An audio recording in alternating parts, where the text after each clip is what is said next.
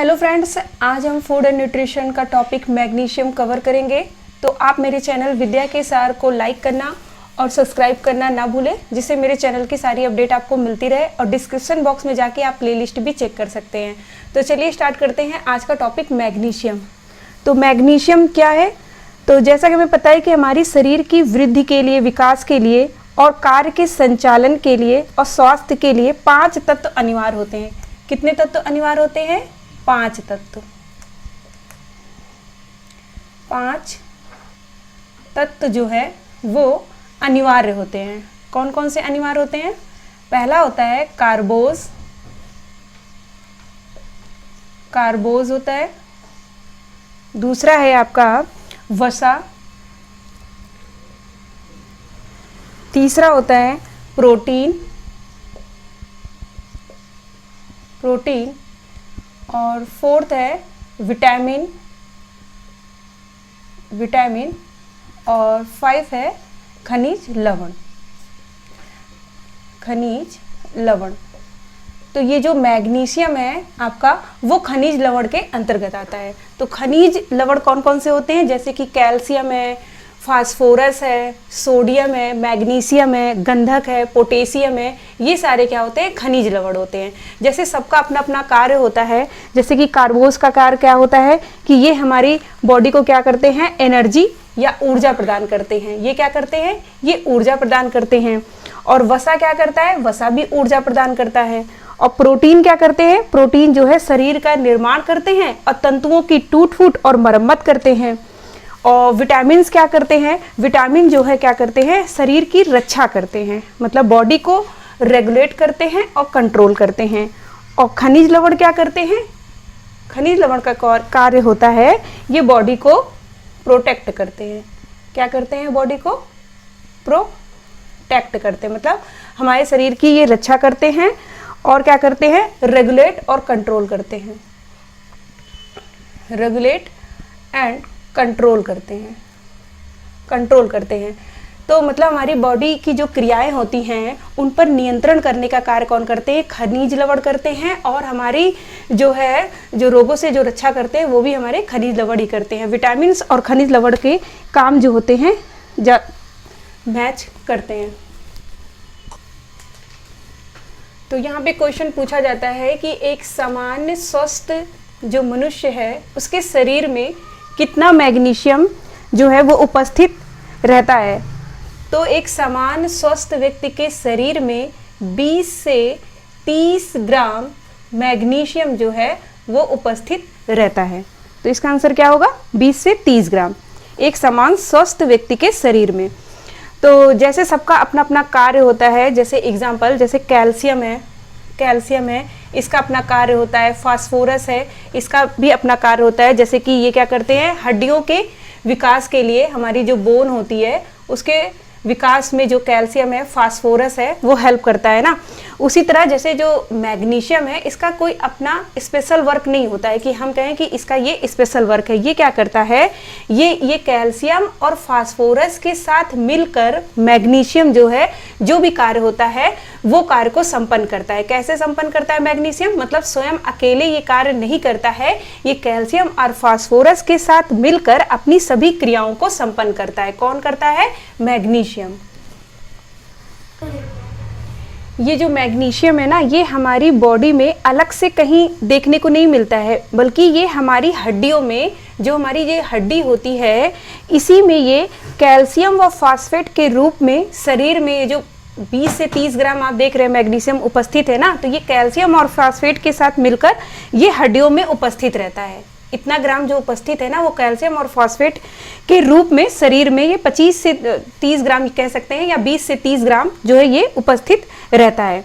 और अगर परसेंटेज में पूछेगा कि मैग्नीशियम जो है हड्डियों में कितना उपस्थित होता है, जो हड्डी होती है, हड्डियों में मैग्नीशियम कितना उपस्थित होता है परसेंटेज में पूछेगा। ये तो आपने ग्राम में बताया यहाँ पर। अगर परसेंटेज पूछेगा तो यहाँ पर 50 से जो है 60% ये बोन में उपस्थित रहता है मैग्नीशियम। और 30 से 40% किस में रहता है? 30 से 40% जो है ये 30 से 40% कहाँ पर उपस्थित होता है? 30 से 40% ये शरीर के जो कोमल ऊतक होते हैं, ये जो ऊतक होते हैं कोमल, उसमें उपस्थित रहता है। और जो रक्त सीरम होते हैं, रक्त सीरम में उपस्थित रहता है। ये 30 से 40% की बात हो रही है। कहाँ कहाँ हो रहा है? ऊतक में भी है, रक्त सीरम में भी है, और बाह्य कोशिकीय द्रव में भी है। बाह्य कोशिकीय द्रव में ये उपस्थित रहता है। और किस में रहता है? और बहुत ही अल्प मात्रा में कह सकते हैं कि ये प्रोटीन में भी उपस्थित रहता है, मैग्नीशियम। तो ये क्या है? 30 से 40% मैग्नीशियम हमारे ऊतक, रक्त सीरम, बाह्य कोशिकीय द्रव व प्रोटीन में उपस्थित रहता है। और 30 से 40% जो है ये आपका इसमें उपस्थित होता है। और हड्डियों में कितना रहता है? 50 से 60% मैग्नीशियम जो है वो हमारी हड्डियों में उपस्थित रहता है। और कैसे उपस्थित रहता है? कैल्शियम व फास्फेट के रूप में। फिर आता है कि ये जो है ये बाह्य कोशिकीय द्रव का क्या मतलब है, यहाँ पे समझते हैं। जिसे इंग्लिश में क्या कहते हैं? बाह्य कोशिकीय द्रव में उपस्थित रहता है, क्या उपस्थित रहता है? मैग्नीशियम। तो बाह्य कोशिकीय द्रव को ही हम क्या कहते हैं?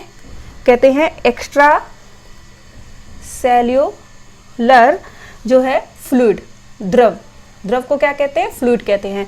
तो एक्स्ट्रा सेलुलर फ्लूइड क्या होता है कि जैसे कि हमारी बॉडी में ये सेल्स हैं,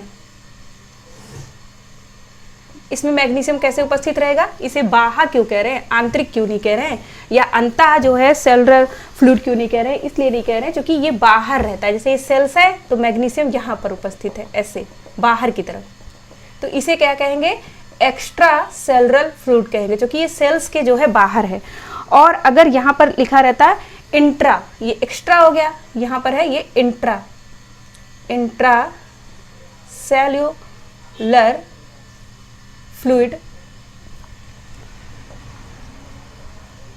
फ्लूइड। तो इंट्रा का क्या मतलब है कि जैसे ये सेल्स हैं, ठीक है, तो ये अभी बाहर की तरफ मैग्नीशियम भरा हुआ था, ये अंदर की तरफ, तो इसे कह के अगर कोई द्रव अंदर की तरफ भरा है तो उसे कहा जाएगा कि वो इंट्रासेलुलर फ्लूइड है। लेकिन अगर कोई बाहर, सेल्स के बाहर की जो है उपस्थित है तो उसे क्या कहते हैं? एक्स्ट्रा सेलुलर जो है फ्लूइड कहते हैं। तो मैग्नीशियम कहाँ पर उपस्थित रहता है? हमारे सेल्स के बाहरी जो हिस्से होते हैं वहां पर ये जो है पाया जाता है।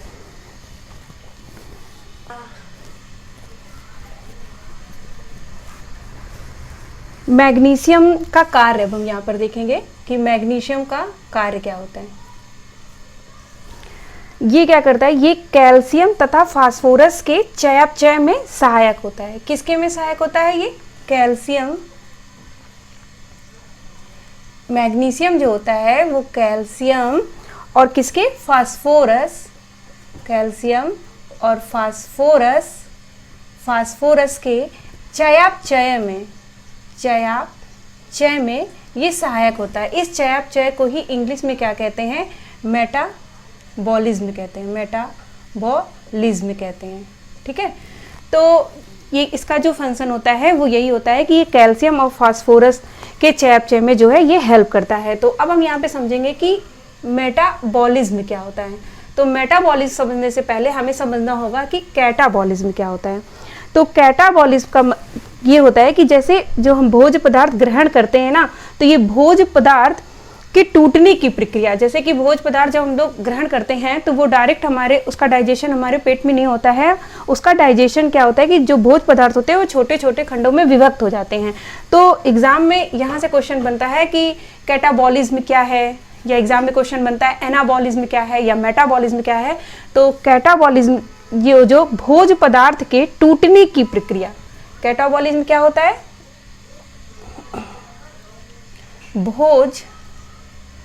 भोज्य पदार्थों के टूटने, भोज्य पदार्थ के टूटने की प्रक्रिया कैटाबॉलिज्म कहलाती है। क्योंकि भोज्य पदार्थ का डाइजेशन जो होता है वो कैसे होता है? भोज्य पदार्थ को जो है छोटे छोटे खंडों में विभक्त होकर उसका जो है डाइजेशन होता है। तो जो छोटे छोटे भागों में वो टूट रहा है, इस प्रोसेस को, इस प्रक्रिया को या इस प्रोसेस को कैटाबॉलिज्म कहते हैं। फिर क्या होता है जब ये टूटता है हमारी बॉडी में, तो फिर क्या होता है कि जो पोषक तत्व फिर हमको जो है ये जो भोज्य पदार्थ होते हैं इनसे हमें क्या प्राप्त होता है, फिर इन्हीं भोज्य पदार्थ जो हम लोग ग्रहण करते हैं उनसे हमें पोषक तत्व प्राप्त होता है। क्या प्राप्त होता है? पोषक तत्व प्राप्त होता है। तो यहाँ पर एनाबॉलिज्म किसे कहते हैं? तो जो इसे क्या कहते हैं, ये निर्माणकारी प्रक्रिया होती है। ये कैसी है? भोज्य पदार्थ के टूटने की प्रक्रिया होती है और ये निर्माणकारी होती है। ये निर्माणकारी प्रक्रिया होती है। निर्माणकारी का क्या मतलब है यहाँ पर कि भोज्य पदार्थ जब हम ग्रहण करते हैं तो उससे प्राप्त तत्वों के द्वारा, जैसे जो प्राप्त करते हैं पोषक तत्व ना, उसके द्वारा क्या होता है, हमारी बॉडी का जो निर्माण होता है वो एनाबॉलिज्म कहलाता है। मतलब पोषक तत्व जो हम ग्रहण कर रहे हैं उससे हमारी बॉडी में जो निर्माण हो रहा है, निर्माण होने की प्रक्रिया या हमारी बॉडी के जो बिल्ड की जो प्रक्रिया है उसे हम एनाबॉलिज्म कहेंगे। ठीक है। और जब ये दोनों ही क्रियाएं, कैटाबॉलिज्म और एनाबॉलिज्म, दोनों एक साथ होती हैं, उसी को ही मेटाबॉलिज्म कहते हैं। मतलब ये कि एक तरफ भोज्य पदार्थ, जब हम भोजन ग्रहण कर रहे हैं तो एक तरफ भोज्य पदार्थ टूट भी रहा है, उसके साथ साथ दूसरी तरफ क्या हो रहा है कि उसके पोषक तत्व के द्वारा हमारे शरीर का निर्माण भी हो रहा है। एक तरफ भोज्य पदार्थ टूट रहा है हमारी बॉडी में, फिर दूसरी तरफ उसका जो पोषक तत्व हमारी बॉडी में को मिल रहा है, उससे हमारी जो है क्या हो रहा है, निर्माणकारी कार्य हो रहा है हमारे बॉडी के अंदर। तो ये जब दोनों प्रोसेस होती है, पहली प्रोसेस और दूसरी प्रोसेस, ये दोनों ही प्रोसेस जब होती है तो वो मेटाबॉलिज्म कहलाता है। क्या कहलाता है? तब वो मेटाबॉलिज्म कहलाता है। और जब सिंगल, जैसे एग्जाम में आपसे ऐसे पूछेगा भोज्य पदार्थ के टूटने की प्रक्रिया क्या, कैटाबॉलिज्म क्या है, तो भोज्य पदार्थ के टूटने की प्रक्रिया जो है वो कैटाबॉलिज्म कहलाती है। और जब एग्जाम में पूछेगा कि निर्माणकारी प्रक्रिया क्या कहलाती है, तो निर्माणकारी की प्रक्रिया जो होती है, जिससे क्या होता है कि पोषक तत्वों के द्वारा जो निर्माणकारी प्रक्रिया हमारी बॉडी में संपन्न होती है, वो एनाबॉलिज्म कहलाती है। और जब ये दोनों ही वर्ड दिए रहेंगे, भोज्य पदार्थों के टूटने की प्रक्रिया और निर्माणकारी प्रक्रिया, दोनों ही एक साथ दिए रहेंगे तो वो मेटाबॉलिज्म कहलाएगी। दूसरा कार्य ये होता है कि ये क्या करता है कि कैल्शियम और फास्फोरस को तोड़कर जहाँ जहाँ उसकी आवश्यकता होती है, मैग्नीशियम जो होता है वो उसे पहुँचाता है। तो कैल्शियम और फास्फोरस को क्या करता है, ये तोड़कर जहाँ जहाँ उसकी आवश्यकता होती है मैग्नीशियम जो है पहुँचाता है। कैल्शियम और जो है फास्फोरस को मैग्नीशियम क्या करता है, मैग्नीशियम जो है पहुँचाता है हमारी बॉडी में जहाँ जहाँ उसकी आवश्यकता होती है। फिर है पहुंचाता है। फिर एक इम्पोर्टेंट क्वेश्चन है जो बनता है कि कार्बोज के चयापचय में कौन सा खनिज लवण सहायक होता है। तो ये क्वेश्चन बहुत इंपॉर्टेंट है और एग्जाम में पूछा भी जा चुका है कि कार्बोज के चयापचय में कौन सा जो है खनिज लवण जो है, कौन सा खनिज लवण सहायक होता है, खनिज लवण सहायक होता है, सहायक जो है होता है, तो वो होता है मैग्नीशियम। मैग्नीशियम जो है वो क्या है, वो कार्बोज के चयापचय में सहायक होता है। ये कैसे सहायता करता है, ये मैग्नीशियम जो है वो कार्बोज को डाइजेस्ट करने वाले जो एंजाइम्स होते हैं उनको उत्तेजित करता है। मैग्नीशियम क्या करता है, कार्बोज को डाइजेस्ट करने वाले, कार्बोज को डाइजेस्ट करने वाले एंजाइम को ये सक्रिय करता है। तो जब जैसे कार्बोज हमने ग्रहण किया, जैसे रोटी हमने ग्रहण करी, तो ये क्या करेगा, मैग्नीशियम क्या करेगा कि जो उसका कार्बोज को अच्छी तरह से पाचन कर लेते हैं एंजाइम, उनको क्या करता है, ये उत्तेजित करता है, या हम कह सकते हैं कि उन एंजाइम को सक्रिय करता है कि वो जो है कार्बोज को अच्छी तरीके से हमारी बॉडी में डाइजेस्ट करता है वो एंजाइम। अच्छा, एंजाइम्स क्या होते हैं, अगर पूछा जाए कि एंजाइम्स क्या होते हैं, तो एंजाइम्स जो हमारे भोज्य पदार्थ को डाइजेस्ट करने का कार्य करते हैं वो एंजाइम्स कहलाते हैं। क्या कहलाते हैं, जो हमारे भोज्य पदार्थ को, जो हमारे भोज्य पदार्थों को डाइजेस्ट भोज्य पदार्थों को डाइजेस्ट करने का जो है कार्य करते हैं, डाइजेस्ट करने का कार्य करते हैं, जो हमारे भोज्य पदार्थों को डाइजेस्ट करने का कार्य करते हैं वो एंजाइम कहलाते हैं। क्या कहलाते हैं? एंजाइम जो है एंजाइम कहलाते हैं।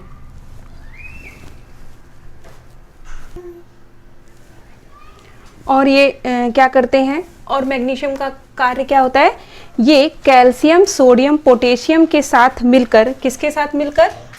कैल्शियम, ये कैल्शियम और sodium, calcium, sodium, potassium, calcium, sodium, potassium के साथ मिलकर हृदय गति को नियंत्रित रखता है। ये मैग्नीशियम जो है वो कैल्शियम के साथ मिलकर, कैल्शियम, सोडियम, पोटेशियम के साथ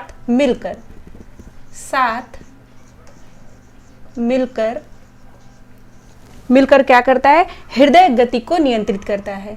तो ये भी एग्जाम में बहुत बार क्वेश्चन पूछा गया है कि हृदय गति को कौन नियंत्रित रखता है? हृदय गति को नियंत्रित करता है। कौन करता है? ये मैग्नीशियम। लेकिन कैसे करता है? ये इन सब के साथ मिलकर करता है। तो जब आपके ऑप्शन में दिया रहेगा कैल्शियम, सोडियम, पोटेशियम और दिया रहेगा कि कौन जो है हृदय गति को जो है नियंत्रित, तो हृदय गति को नियंत्रित करने का कार्य कौन करता है? फिर ये बीपी को कंट्रोल करने का काम, बीपी को कंट्रोल करने का काम या ब्लड को पतला करने का काम कौन करता है? तो इसका आंसर हो जाएगा आपका सोडियम। तो एग्जाम में आप टिक करेंगे सोडियम, क्योंकि जो मैग्नीशियम है वो कैल्शियम, सोडियम, पोटेशियम सबके साथ मिलकर काम कर रहा है। और जब आपके ऑप्शन में दिया रहेगा सोडियम, तो वहाँ पर आप सोडियम जो है खनिज लवण है जो कि क्या कर रहा है? हृदय गति को नियंत्रित कर रहा है। वह बीपी को कंट्रोल करने का काम कौन करता है? तब आप इस पर टिक करेंगे, जो है इस पर सोडियम पर टिक करेंगे। अब इनकी प्राप्ति के स्रोत कि मैग्नीशियम जो है हमें कहाँ से प्राप्त होता है। मैग्नीशियम जो है प्राप्ति के स्रोत में, ये हमें स्रोत कौन कौन से हैं प्राप्ति के मैग्नीशियम के? तो ये दाल से मिलता है, दाल से में मिलता है, अनाज से मिलता है, हरी सब्जी से मिलता है, हरी सब्जियों से मिलता है, हरी सब्जियों से हमें मैग्नीशियम जो है प्राप्त होता है। और केला और खजूर, केला है और जो है खजूर से जो है ये हमें मैग्नीशियम जो है ये इसमें उपस्थित रहता है। और दूध व दूध से बने पदार्थों में इसकी मात्रा काफ़ी कम रहती है। दूध के जो पदार्थ होते हैं उनमें जो है इनकी मात्रा, मैग्नीशियम की जो मात्रा होती है वो बहुत कम होती है। अब मैग्नीशियम की कमी से कौन कौन सी बीमारी हो जाती है या क्या लक्षण दिखाई देते हैं, तो इनकी प्रभाव क्या पड़ता है अगर इनकी कमी हो जाती है? तो इनकी जो है कमी होने से टिटेनी के जो सिम्टम्स होते हैं वो दिखाई देते हैं।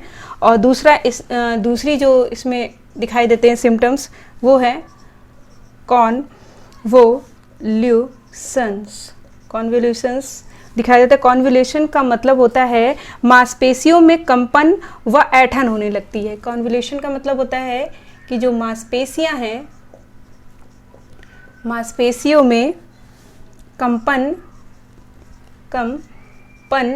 व ऐंठन होना ही कॉन्वोल्यूशन कहलाता है। ऐंठन होने लगती है इसकी कमी से, मैग्नीशियम की कमी से। और टिटेनी के जो लक्षण होते हैं वो भी इसमें दिखाई देते हैं अगर मैग्नीशियम की कमी हो जाती है। और अगर रोग की तीव्रता की स्थिति में अगर मैग्नीशियम की ज़्यादा कमी हो गई है और उसकी तीव्र स्थिति में कौन सी बीमारी हो जाएगी? उसकी स्थिति में डेलीरियम डिजीज़ जो है दिखाई देती है। डेलीरियम बीमारी जो है दिखाई देती है। तो यहाँ पे मैग्नीशियम जो टॉपिक है वो कंप्लीट हुआ।